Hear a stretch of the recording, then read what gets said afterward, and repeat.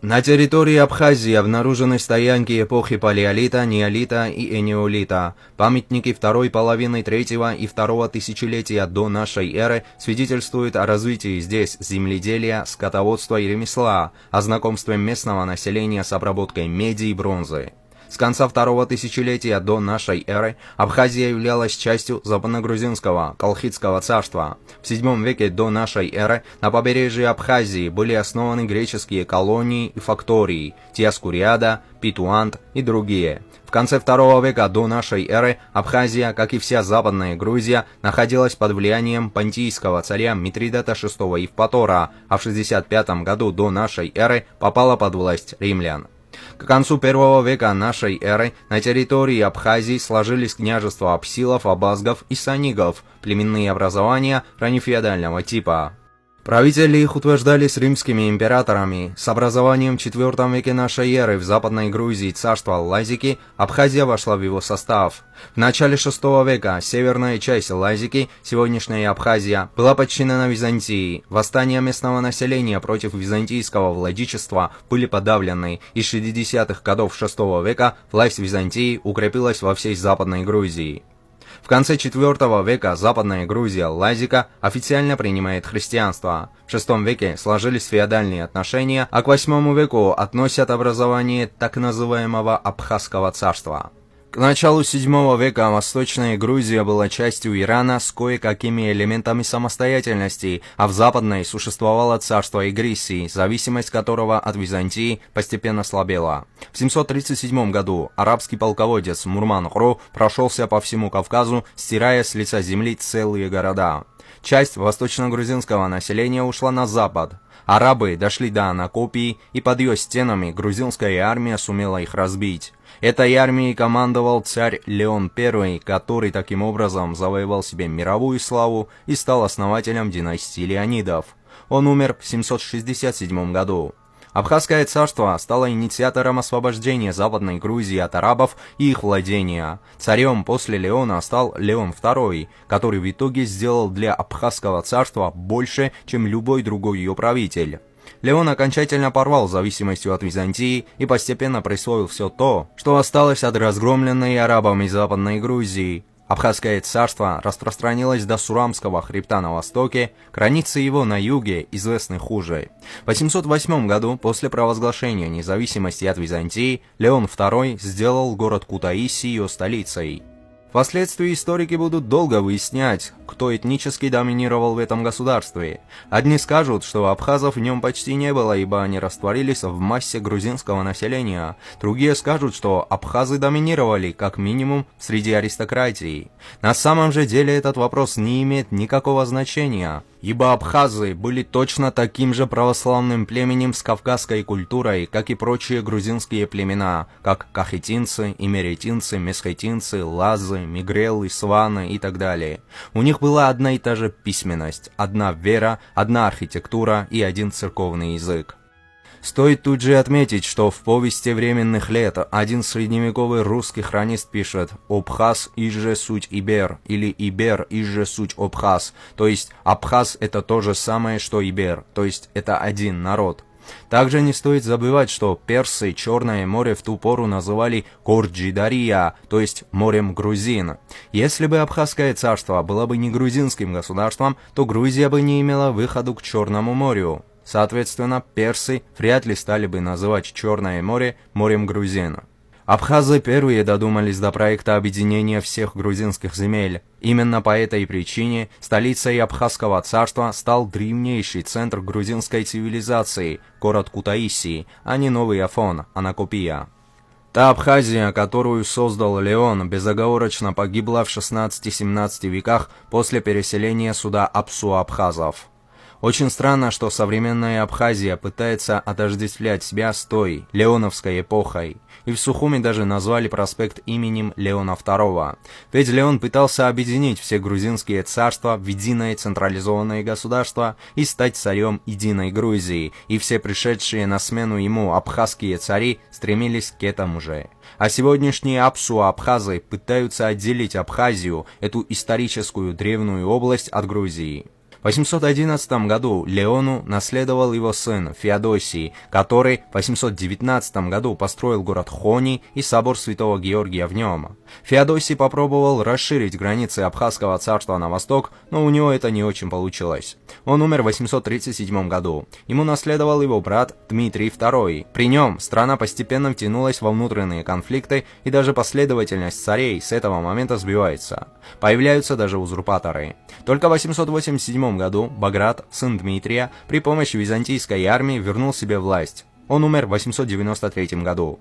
С этого момента в истории Абхазского царства возвращается стабильность. Баграту наследовал его сын Константин, который правил страной с 893 по 916 год. Константину удалось присоединить к себе Центрально-Грузинское, Котлийское царство и совершить несколько походов в Восточную Грузию, Кахетию и Ретию. Он был очень близок к объединению Грузии. Ему наследовал его сын Георгий II. Правление этого царя можно назвать маленьким золотым веком Абхазии. Никогда ранее Абхазское царство не было таким большим и сильным. На всякий случай Георгий решил наладить отношения с южногрузинским царством Таук-Ларджетий и выдал свою дочь Курандухт за Гургена Багратиони. Этот шаг, как мы увидим, будет иметь большое геополитическое последствие для всего Кавказа. При Георгии церковь Западной Грузии подчинялась Константинопольскому патриархату, но уже делала некие поползновения к независимости. Именно он восстановил разрушенный некогда собор в монастыре Чхондиди. Собор стоит на своем месте и по сей день, являясь своего рода памятником лучших годов в истории Абхазского царства и символом обретения независимости западногрузинской церковью. Леон III занял трон в 960 году. Он унаследовал большое и сильное Абхазское царство. Этот царь не очень любил воевать, зато ему нравилось строить. При нем было возведено множество храмов, в частности, два очень известных – это Успенский собор в Моква и в 964 году собор Кумордо. Есть подозрение, что он же построил храм Симона Канайтина в Новом Афоне и храм в Мюсере. Тут же стоит отметить, что в своих документах абхазские цари титуловали себя на грузинском языке с использованием грузинской письменности. Во всех храмах, которые построили абхазские цари, наблюдается только грузинская эпиграфика. Никаких следов сегодняшних абсу-абхазов на территории этого царства не наблюдается. Леон умер в 969 году, и Абхазия начала погружаться в анархию. Два брата Леона, Феодосий и Дмитрий, начали гражданскую войну, которая тянулась до смерти Дмитрия в 975 году. Феодосий победил и стал последним царем разоренной Абхазии. Абхазская аристократия решила передать трон Баграту, сыну Гургена Кларджетского и дочери Феодосия, которому в 975 году было всего 15 лет. У Феодосия не нашлось сил для возражения аристократии, и в 978 году он передал Баграту трон и уехал в Таук-Ларджетий. Так закончилась политическая история Абхазского царства. Оно осталось существовать на бумаге и в титулатуре грузинских царей, но в реальности оно сливается с общегрузинским царством. Баграт III с 978 до 1001 года был царем только Абхазского царства. Он продолжил моду на архитектурные проекты и вместе с матерью, дочерью Феодосия Абхазского, заложил Бедийский собор именем Лахаринской Богоматери, для которого специально основал новое Бедийское епископство. Через несколько лет, а именно в 1005 году, Баграт построил собор Баграта в Кутаиси. В 1001 году Баграт унаследовал у своего отца царство Таук-Ларджетий, Южную Грузию, которое сразу отъела Византия, а в 808 году ему по наследству перешло царство Картли, Центральная Грузия.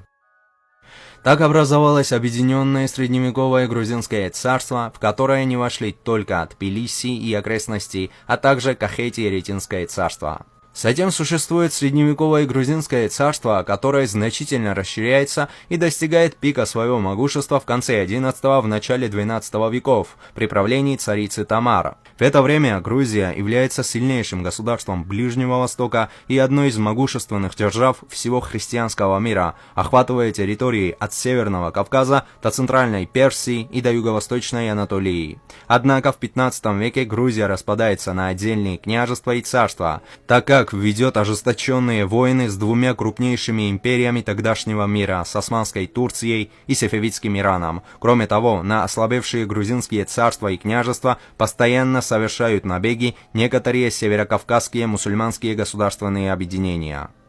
И именно в это время из северокавказских степей начинается миграция черкесских племен, в основном абсуйцев, которых сегодня именуют абхазами. Западногрузинские цари и князья не в состоянии помешать этому процессу, и таким образом в Абхазии возникают абсуйские поселения. Все политическое и, что особенно примечательно, дошедшее до нас богатейшее культурное наследие Абхазского царства исключительно грузинское. Никаких следов деятельности ни грузинского этноса не зафиксировано даже в той части Абхазского царства, которая сегодня именуется Абхазией и которая тогда именовалась Абхазским Эриставством, и охватывала территории к северо-западу от Анакопии, Новый Афон. В пределах этого Эриставства, в частности Пицунде, находилась кафедра автокефального западногрузинского католикоса. В истории хорошо известны имена пицунских архиереев, исключительно грузин. Более того, известны даже имена и фамилии нескольких сот церковных крестьян абхазского католикосата в пределах современной территории Абхазии. Среди них нет ни одного имени или фамилии, которых хотя бы предположительно можно было бы отнести к предкам современных абсу-абхазов. Все они являются исключительно грузинскими. Официальным языком Абхазского царства, как указывают грузинские, армянские, арабские, персидские и византийские источники, был грузинский язык. На всей территории сегодняшней Абхазии до 17 века встречается только грузинская эпиграфика, не считая двух арабских надписей. Неужели абсуа, которые утверждают, что они коренные жители Абхазии и живут на этой территории как минимум 3000 лет, не смогли оставить на этой территории хотя бы один свой след до 17-18 веков, а оккупанты, как абсуа сегодня называют грузин, смогли оставить бесчисленные следы своего присутствия, начиная от архитектурных сооружений и эпиграфики, доканчивая до географических и гимнографических сведений. Даже и арабы, которые были на этих землях всего несколько лет, смогли оставить здесь свою эпиграфику. Абсуа называют регион своего сегодняшнего проживания Абсадгил. Этот композит, полученный путем слияния самоназвания абсуйцев, абс и грузинского слова адгилли, что означает место, то есть место Абсуа, с большой точностью отражает суть данного понятия. По признанию самых абсуйцев, они смогли выразить смысл своей родины лишь с помощью грузинского слова, разумеется, после того, как поселились в Грузии или когда Грузия стала их родиной. Так произошло потому, что пока абсуа были, так сказать, кочевниками, им не требовалось понятие родины, и поэтому, как у кочевников, и у абсуа не было обозначающего родину термина. Кроме Абсадгила, у абсуйцев есть и другой термин «аджинчтола», который также перенят из грузинского, точнее мигрельского языка, и также означает «родину» или «отчизну». Джинджи по-мигрельски означает «корень». Несмотря на все это, больше оснований думать, что древние абхазы говорили на картвельском языке, родственному мигрельскому и сванскому, и именно у них позаимствовали абсуа аджинчтола, а слово адгили, видимо, наши братья абсуа унаследовали книжным путем благодаря распространению христианства. Таким образом, косок-черкесы родину обрели с 15 века в захребетной Грузии, откуда некоторые там сформировавшиеся племена перешли по южную сторону Кавказского хребта и с 16 века поселились тут. Мигрелы, сваны и другие жители Западной Грузии начали именовать их абхазами, так как они поселились в древнегрузинской историко-географической области Абхазии.